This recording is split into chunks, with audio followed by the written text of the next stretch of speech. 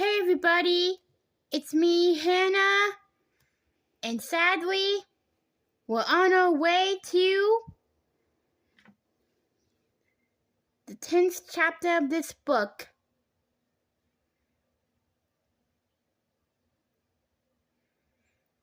Yes,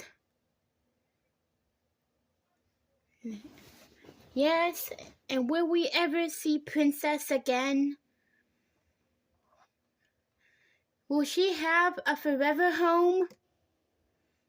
And a forever family too? Let's find out and see how it goes. In the meantime, let's go over to the 10th chapter.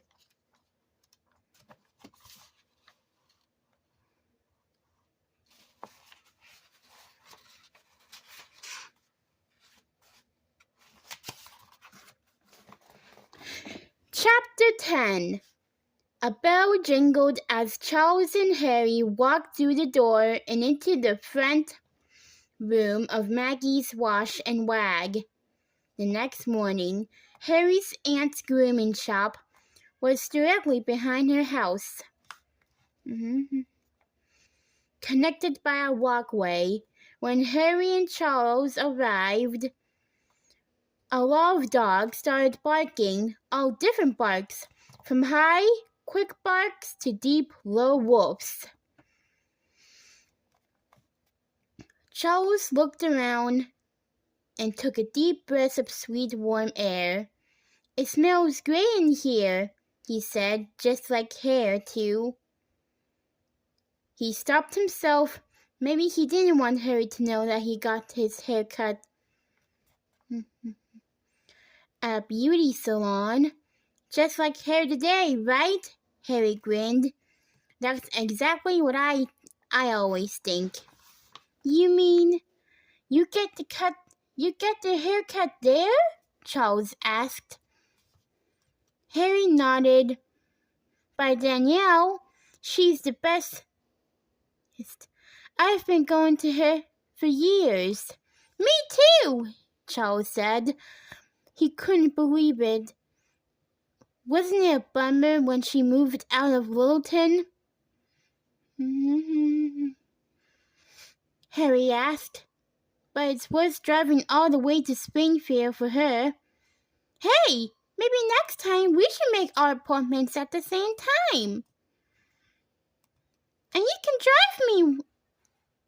drive over with me." Charles laughed. "That would be awesome."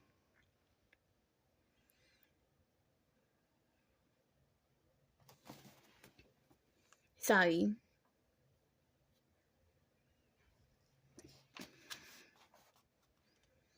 "That would be awesome." Charles loved riding in Harry's red convertible. That morning's 10-minute drive from his house to Maggie's grooming shop had not been nearly long enough. Charles hitched Princess's pink palace higher up in his arms.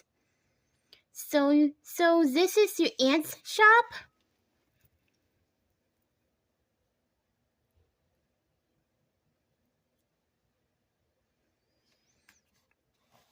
"So this is your aunt's shop?" he said, looking around. They were in the waiting room, which was decorated with pictures of dogs of every breed.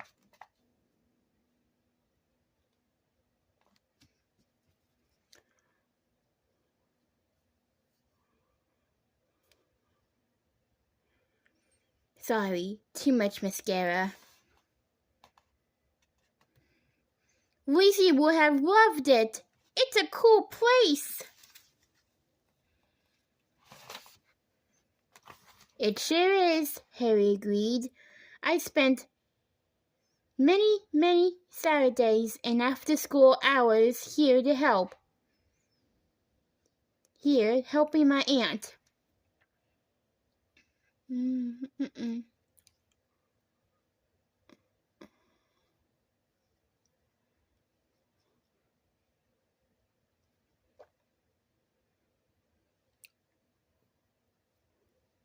helping my aunt.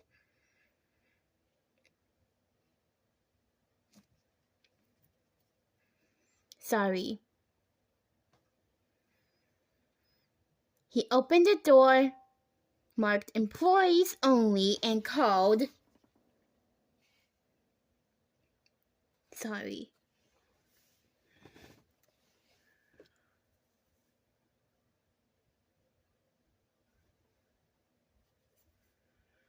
And called. Aunt Maggie, we're here! Come on in, called Harry's aunt. I'm in the middle of a poodle.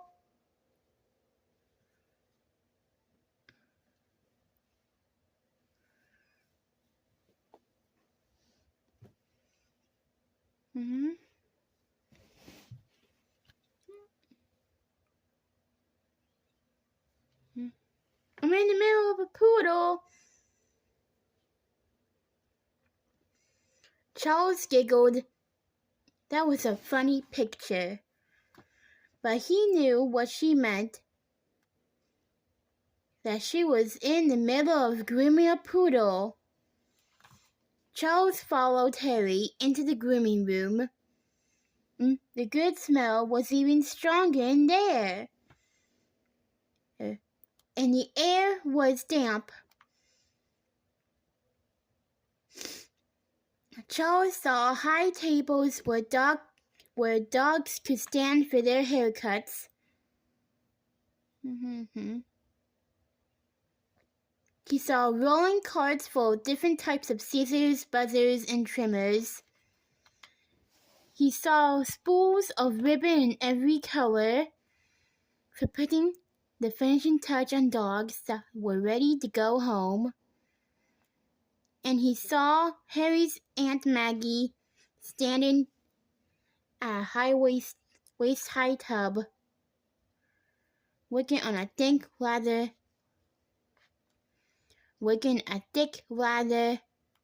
of white suds through the brown curls of a very wet dog. Almost done, Maggie said. One quick rinse. She aimed a sprayer at the dog's side, and Hershey here will be ready to go under the dryers. She rinsed all the lather out of the dog's coat. Then she helped him climb out of the tub, toweling him off, letting him down a ramp, and standing back for a moment while the poodle shook off, spraying everywhere in sight with water. Finally, helped him to a metal dog crate that had a big blue flower attached to it. She flipped a switch, and the blower went on with a whoosh. See you in a few hours, Hershey, she said, blowing him a kiss. Good boy. She turned to Charles and Harry, wiping some suds off the end of her nose. Hey, she said, you brought her. Great. She came over and bent down to peer into the palace. Hello there.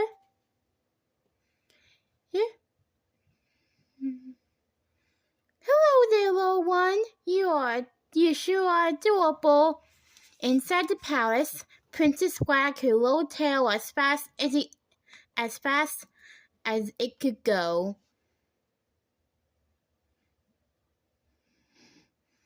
She sniffed the air excitedly. Yes, you're right. I am adorable. It smells just like home in here. And look at all those ribbons. I like it already. Maggie straightened up. I've given it a lot of thought, she said, and I've talked it over with Nathaniel, and we decided that we would definitely like to make Princess a part of our family. To make Princess a part of our family. Charles gulped. He had been dreading this moment for 24 hours now, including many hours in the middle of the night when he was too worried to sleep. He really was going to tell. He really was going to have to tell Harry's Aunt Maggie about the list. Actually, he's going to have to show it to her. He dug into his pocket for the folded, crumpled stack of paper. The thing is, he began. I'm so excited! Maggie interrupted. It's been ages since I owned a dog. Did I tell you that I had a Yorkie when I was a little girl? Her name was Bitsy, and she was so cute and so much fun. Even though I have resisted getting a dog for years, I guess I've always really wanted another Yorkie. Was Bitsy soup? Charles wondered if Bitsy was the kind of dog who had a list, but Maggie was still talking, and Nathaniel, well, he's beside himself, of course. He had fallen head over heels for that puppy last night. He went through the whole bookshelf, picking out books to read to her. That's great, Charles said, but I was thinking that for today, Maggie said, turning away to pull a rolling table toward herself. I'd get Princess used to the shop a little, since she'll be spending the days here with me. Since Yorkies need to be groomed regularly, I thought I'd get used to that idea too. She's too young for real grooming, but I'll stand her up on the table and give her a tiny trim. Dogs do much better at the groomers if they're used to the routine. She patted the table. So let's get her out of her career. So she patted the table. So let's get her out of her career. So let's get her out of her career. Sorry. But Nathaniel put the pink palace down. Yeah, it's me. Wait! I have to tell you something. He burst out in a rush before Maggie could say another word.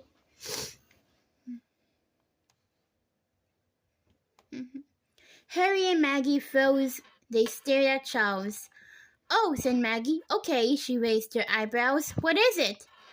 Charles gulped again. He held up a crumpled up wall of paper. Princess's list. See this? He said. It's a list, like, with a capital L. He closed his eyes and opened them again. A list of all the special ways you have to take care of Princess. Maggie laughed. It wouldn't be the first list I've seen, she said. Lots of people give me lists when they drop off their dogs, when Popsy must have for lunch, or why Topsy must have a certain kind of music playing in the shop. But Princess's list was really long, said Charles. The thing is, she's really, really spoiled. There, he said it. Now Maggie would say she didn't have time for a spoiled dog, and that would be that. Maggie's face got serious for a moment. I don't have time for a spoiled dog, Maggie said. Then she saw Charles's worried expression, and she laughed. Oh, don't worry. I'll still take her. I know exactly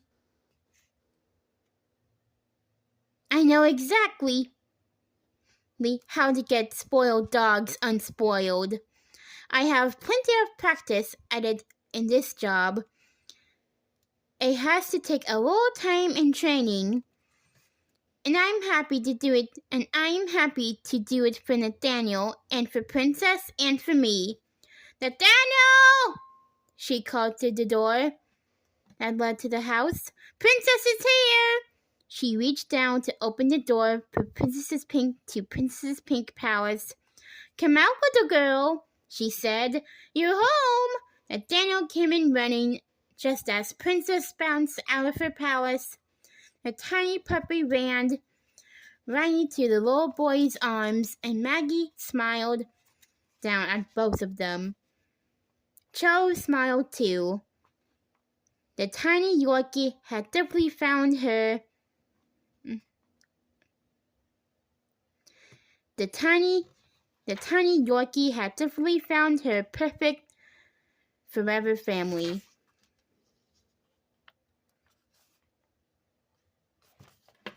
Well, that's just about it. Thanks for joining me today.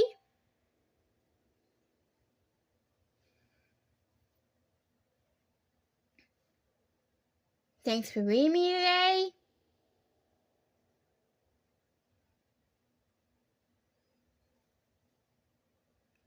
And you know, I really love the Puppy Place books. They're my favorite books.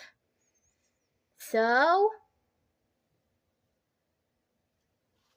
I gotta say, thank you for joining me today, everyone. But don't you worry, I'll be reading you another book on Monday, and I'll see you next week.